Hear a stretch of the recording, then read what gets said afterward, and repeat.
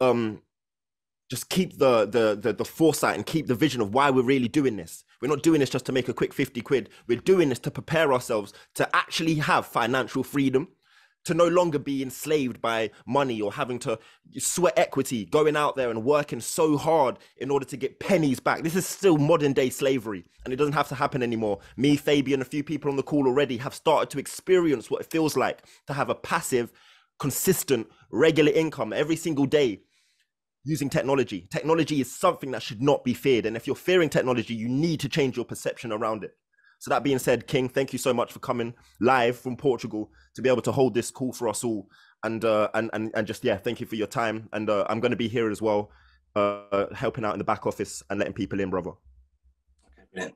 Yeah, so we'll begin this call, first call we've had in a short while, because we've been going through a transitional period, because we're in this is a long-term project, and it's a long-term path that we're on, because we're working in this decentralized this DeFi plane of reality, which is here to stay. The video that I'm going to play is from an author that wrote a book on Jekyll Island and about the deal that was put in place through the Federal Reserve, the central bank deal that was put in place, that's actually pretty much enslaved everybody with this kind of Ponzi pyramid scheme that we're actually already living in. That's what we're living in, and using this money that's not backed with anything. But the truth behind it actually is quite sinister and goes quite into much deeper areas than we'll cover on here today.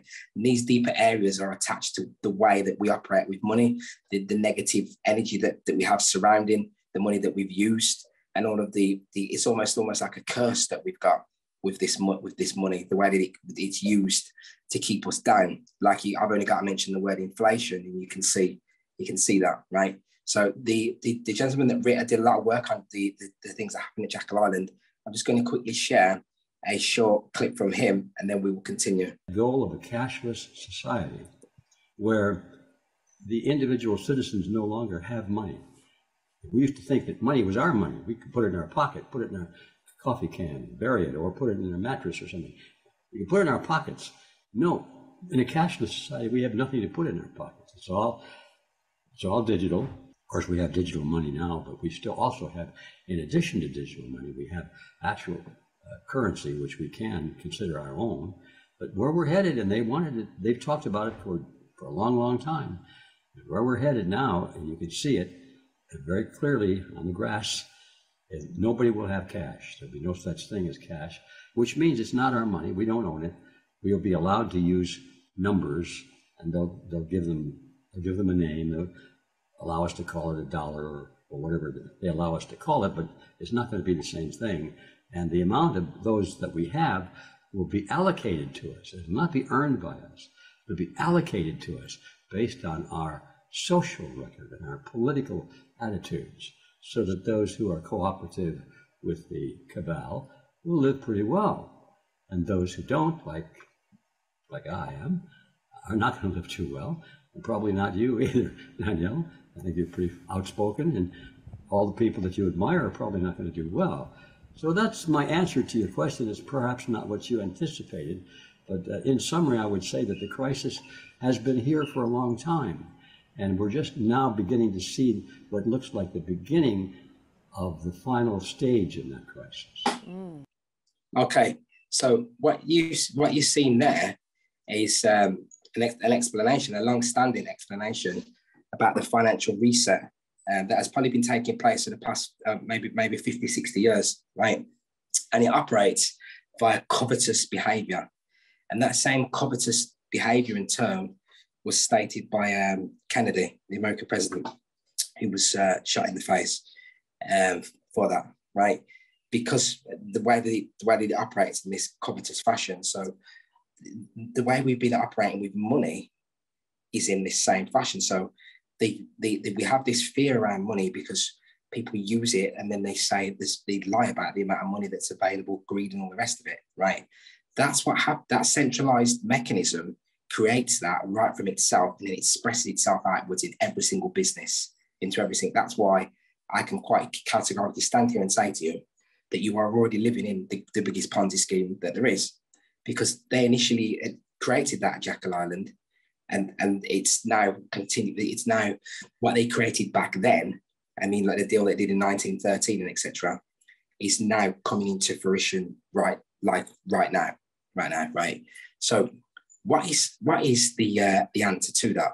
So the answer to that is in the next video, next clip that I'm going to play now.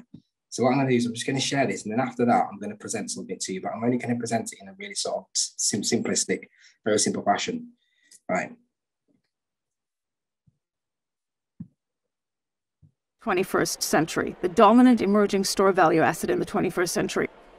In terms of how Bitcoin is being deployed as a store of value asset, are you where you thought we would be 2 years on? Yeah, actually, if we look back to when MicroStrategy began this journey, which was around August of 2020, and we look at the performance of all major asset classes since that time period, Bitcoin's up about 140%.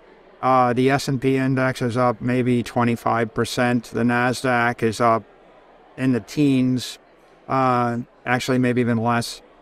Gold is like a plus 1%. Silver's been down, it's lost money, and bonds have lost even more. So Bitcoin is the best performing asset since then. It is actually showing the promise of an inflation hedge and a store of value. It has achieved that kind of performance in a volatile fashion, but even on a Sharpe ratio basis, it's outperforming alternatives. And I guess the best alternative right now is really the S&P index. Right.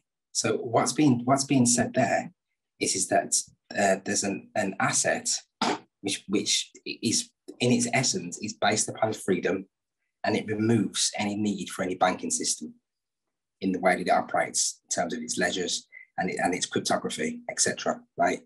It doesn't, just letting somebody in, it doesn't require any centralized system to be in the way. Now that system was born about via the crash that they created in 2008. Now, this Parler, that's where those guys, J.P. Morgan and all those guys, actually conceived of the Federal Reserve, right? Right over that altar. That's exactly right. It's the room that they were sitting in when they drew up the entire legislation and plan to pass it that became the Federal Reserve Act. Wow. So this was the conception of the Federal Reserve banking system on the parlor sitting on top of a blood sacrifice altar. Where babies were sacrificed. Yes. And so all of a sudden it's like, wow, no wonder our banking system has so much corruption in it, even when people want to do the right thing, you know. No kidding. And so, just being a banker is not an easy job, but it's like, not all of them are bad guys, but it's like, wow. And that was not what our founders set up. That took over. It usurped the authority of the way our founding fathers suggested that we bank as a country. And even the way it was passed had a lot of, things that didn't seem right about it. But the idea that it was conceived like this, I'm going, this is not just a bunch of wealthy guys that got away for a vacation and came up with a profitable business plan. This has got something diabolical, something occultic about it, something evil that's wrapped up with it. Yeah. And so even if it had been a good idea and something beneficial for the country, which many would argue that it was, this demonic power must have gotten into it. That's what happens when an altar is not dealt with. That's what happens when God's people do not do spiritual warfare the way He tells us to. Right. Then we all become subject to it, because they didn't just create a bank, they created a banking system that every one of us have become subject to. So think about this. You've got money that you receive as a ministry, or that when you earn, I'm sure you tithe and give offerings. On your money is idolatry. It's printed right on your money. Right. And and you're using that money. You're coming into the house of God, and you're laying that idolatrous coin or dollar bill on God's altar and saying, I'm giving you this as an offering. You say that you don't like the money, you say that you don't need money, but yet you are there using it every day. You say that you don't like, you know, you don't like these, you know, you don't associate with evil beings that, you know, do what they do, murdering children and so on and so forth. Yeah, and you are working not against that, but instead of that, you have nothing to do with that, and you are a being of light. But yet you still were operating with this dirty money. Yeah, which is this fiat money, right? The physical currency flow, yeah, which is money, their money, which is illusory because it's not real. Their money is not real. This fractional reserve banking that they use, it's not real. It's paper, just paper. But then they have put their promissory note on it using the tree. Look, yeah, using the energy of the tree, and that's why.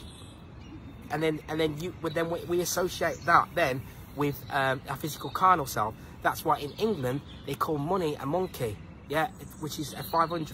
They call it a monkey, which was on. It was on in Indian rupee. That's where they got it from. They put the monkey on the rupee, and that's why the symbol speaks a thousand words. It's why the actions, you know, actions speak louder than words, because when you act it, you're moving directly through a sea of ether that you cannot physically see yourself, but it's still taking place. There is no space. Every space that you see is filled with the ether. It's etheric. Yeah, it's filled like that, right? So then you use that money to associate, trap that with time. So then you have beings, if they worked it out, they spent more time chasing that money than they have doing anything else here. That depletes that lie that they believed in, depletes that magnetic field, and then they become evil. Evil. How are they evil? By the things that they think and their perception of reality. And that's why when you look at a lot of old age people, sometimes they look evil. I've seen them when they're staring at you. It's not all old age people, but there are many. They're very heavy and dense. And the reason is that they are deficient in a lot of the amino acids and a lot of other things because they've been following the movie. And that's what it's done. And their sweat equity, which is their blood, sweat and tears, has gone into that witchcraft, the witchcraft event that took place on that Jekyll Island. I just know the world is different now with technology and the way we can communicate so quickly.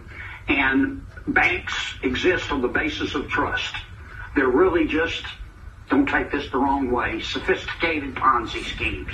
And they work when everybody trusts each other.